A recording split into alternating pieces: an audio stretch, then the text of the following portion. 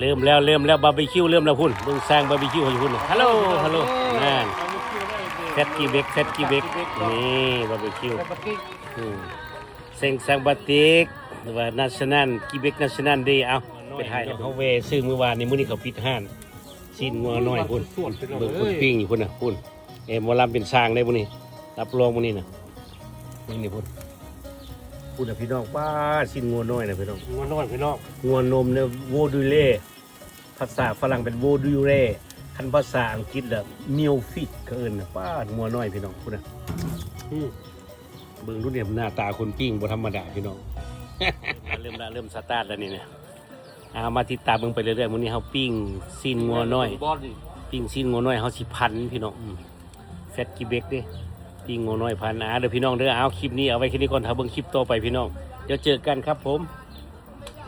บ๊ายบายหมอลำนี่เจอกันคลิปต่อไป